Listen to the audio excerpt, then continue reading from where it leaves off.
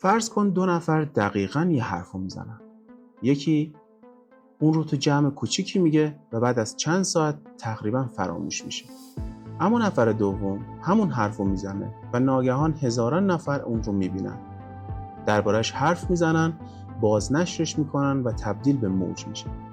سوال اینه، فرق این دو نفر چیه؟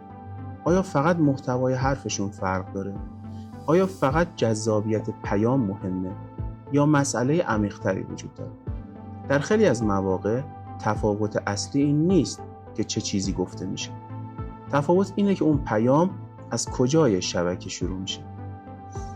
این قسمت دوم از پرونده سرایت خاموش.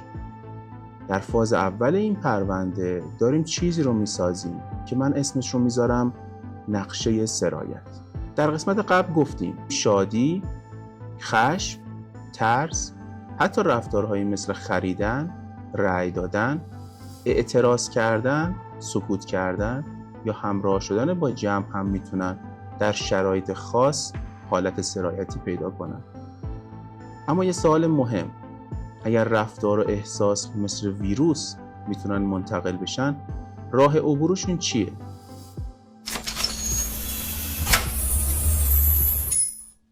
شبکه مجموعه‌ای از آدم‌ها، اکانت‌ها، گروه‌ها یا رسانه‌ها به علاوه ارتباط‌هایی که اونها رو به هم وصل میکنه میشه. ما معمولا وقتی میگیم شبکه اجتماعی سریع یاد اینستاگرام، ایکس، تلگرام یا تیک تاک میافتیم.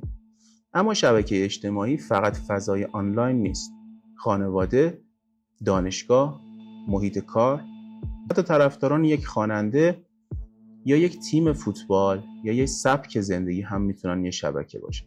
شبکه یعنی ساختار ارتباط بین آدم‌ها. اگر میخوایم بفهمیم چرا بعضی موج‌ها سریع پخش میشن و بعضی نه، باید اول این ساختار رو بفهمیم. اما اولی مفهوم، گره. در علم شبکه هر عضو یک گره. در شبکه انسانی هر آدم یک گره. در شبکه آنلاین هر اکانت یک گره.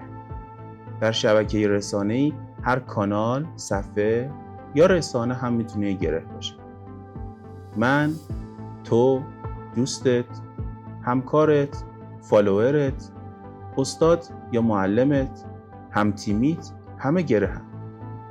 اما نکته مهم اینه، همه گره ها ارزش شبکه یکسانی ندارن. نه از نظر انسانی، از نظر موقعیت در شبکه. یه نفر ممکنه فقط با چند نفر در ارتباط باشه.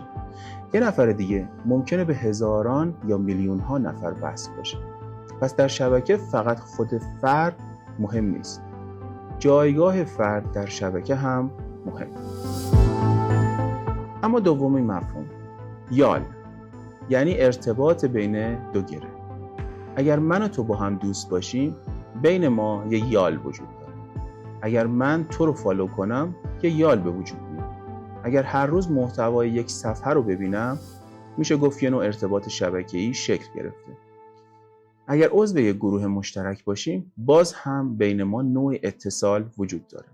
یال‌ها میتونن شکل‌های مختلفی داشته باشن. دوستی، فالو کردن، همکاری، همکلاسی بودن، هم محله‌ای بودن، عضو بودن توی یک گروه یا حتی محتوای یه پیج رو به صورت مداوم دیدن هم میتونه یال تشکیل بده. اما یال‌ها همه ارزش یکسانی ندارن. ارتباط تو با دوست صمیمیت با ارتباطت با یک سلبریتی متفاوت. یکی ممکنه عمیق‌تر، یکی ممکنه گسترده‌تر، یکی ممکنه احساسی‌تر و یکی هم ممکنه فقط رسانه‌ای باشه. این بحث رو بعداً در قسمت مربوط به پیوندهای قوی و ضعیف باز می‌کنیم. فعلا فقط این رو نگه داریم، بدون یال شبکه‌ای وجود نداره. فقط آدم‌های جدای از هم هستن. سومین مفهوم که یکی از مهمترین هاست، مفهوم درجه است. درجه یعنی یک گره به چند گره دیگه وصله. اگر من با 20 نفر ارتباط فعال دارم، درجه من 20. اگر یک صفحه با 500,000 نفر ارتباط داره، درجهش بالاتره. اگر یک سلبریتی میلیون ها دنبال کننده داره، از نظر شبکه‌ای یک گره با درجه بسیار بالاست. اینجا باید یک سوء تفاهم رو روشن کنیم. وقتی میگیم یه نفر اثرگذاری بیشتری داره، همیشه منظورمون این نیست که حرفش عمیق‌تره، درست‌تره یا با ارزش‌تره. گاهی فقط یعنی اون فرد در شبکه اتصال‌های بیشتری داره. یعنی پیامش از همون لحظه اول در معرض دید تعداد بیشتری آدم یا گره قرار میگیره. پس اگر یه آدم معمولی یه جمله بگه، شاید 20 نفر ببینن. اما اگر یک چهره پر مخاطب همون جمله رو بگه، ممکنه صدها هزار نفر ببینن. تفاوت در پیام نیست، تفاوت در جایگاه در شبکه است. این نکته برای ادامه این پرونده ما خیلی مهمه. اما چهارمین مفهوم، خوشه. شبکه‌ها معمولاً به شکل یک توده صاف و یک دست نیستن. ما در جهان واقعی و آنلاین داخل خوشه‌ها زندگی می‌کنیم. خوشه یعنی گروهی از آدم‌ها یا اکانت‌ها که ارتباطات زیادی با هم دارن. خوشه‌ها دو نقش دارن. سرایت رو درون خودشون سری می‌کنن، اما گاهی جلوی خروج پیام به بیرون رو هم می‌گیرن. بعضی افراد یا صفحات فقط عضو یک خوشه نیستن. اونها بین چند خوشه قرار دارن. این گره‌ها نقش پل رو دارن. یعنی پیام رو از یک خوشه به خوشه دیگه منتقل می‌کنن. گاهی برای پخش شدن یک موج مهمترین آدم کسی نیست که بیشترین فالوور رو داره، بلکه کسیه که بین چند گروه مختلف ایستاده. اما پنجمین مفهوم، فاصله. فاصله در شبکه یعنی برای اینکه پیام از یک گره به گره دیگه برسه چند واسط لازم داره. هرچه فاصله کمتر باشه، احتمال رسیدن پیام و سرعت انتقال بالاتر. اینجا به یک ایده معروف میرسیم. دنیای کوچیک. یعنی دنیا از چیزی که ما فکر میکنیم خیلی کوچیک‌تره و آدم‌های داخلش خیلی به هم متصل‌ترن. گاهی آدم‌ها به نظر ما خیلی دورن، ولی فقط با چند واسط به ما وصل میشن. به همین دلیل یه پیام میتونه از یک جمع کوچیک شروع بشه و خیلی سریع به جمع‌های کاملا متفاوت برسه. تعداد کمی از گره‌ها اتصال بسیار زیادی دارن، در حالی که بیشتر گره‌ها اتصال‌های کمتری دارن. به زبان ساده، در خیلی از شبکه‌ها چند گره بسیار پر اتصال وجود داره. همون چیزی که در فضای امروز میتونیم در قالب سلبریتی‌ها، اینفلوئنسرها، رسانه‌های بزرگ، صفحات پر مخاطب یا اکانت‌های مرکزی ببینیم.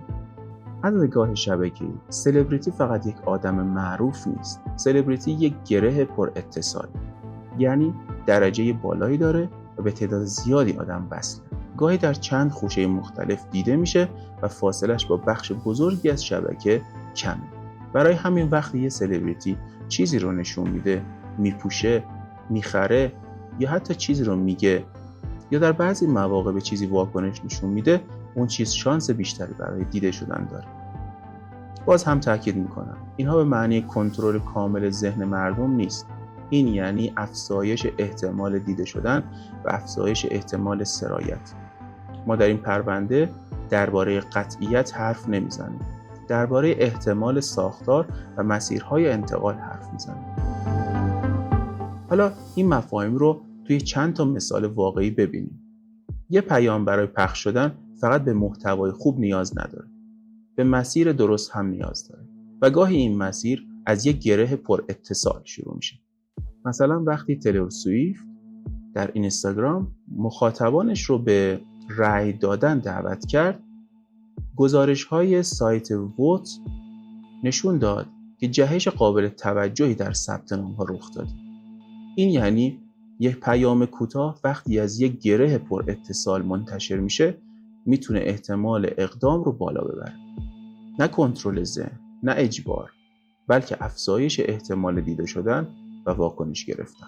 گاهی حتی یه پیام یه جمله نیست، یه حرکت.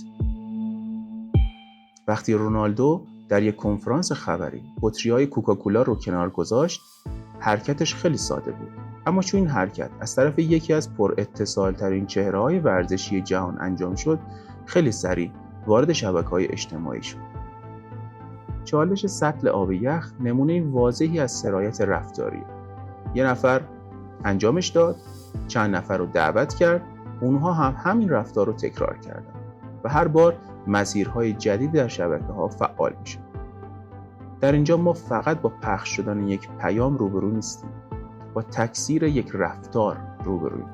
از این به بعد وقتی یه موج در فضای مجازی دیدی، فقط نپرس این پیام درسته یا غلطه. این سوال مهمه ولی کافی نیست. یه سوال مهمتر بپرس: این پیام از کجای شبکه شروع شد؟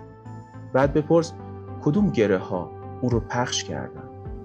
داخل کدوم خوشه ها تقویت شد؟ چه کسایی بین خوشه ها نقش پل رو داشتن؟ آیا از یک گره پر اتصال عبور کرد؟ چطور به من رسید؟ اما هنوز یه سوال مهم باقی میمونه. فرض کن یه پیام از مسیر شبکه به تو میرسه. فرض کن چند نفر از اطرافیانت هم اون رو دیدن. فرض کن داخل خوشه تو دربارش صحبت شد. اما آیا تو فوراً همراهش میشی؟ نه لزوما. خیلی وقتا ما صبر میکنیم. نگاه میکنیم چند نفر دیگه وارد اون رفتار شدن. میسنجیم که یا آیا همراه شدن من امن هست یا نیست؟ آیا مسخره میشیم یا نه؟ آیا تنها میمونیم یا نه؟ اینجا وارد مفهوم مهمی میشیم به نام آستانه رفتاری. یعنی هر آدم برای همراه شدن با یک موج یه نقطه مشخص داره. برای یکی کافیه 2 نفر کار رو انجام بدن. برای یکی دیگه باید 100 نفر انجام بدن. برای یکی دیگه باید تقریبا همه وارد بشن تا او هم وارد بشه. در قسمت بعدی در فاز نقشه سرایت میریم سراغ همین سوال: چه زمانی یه رفتار از چند نفر محدود عبور میکنه و ناگهان به موج جمعی تبدیل میشه؟ اینجا جاییه که سرایت خاموش کم کم قابل دیدن میشه.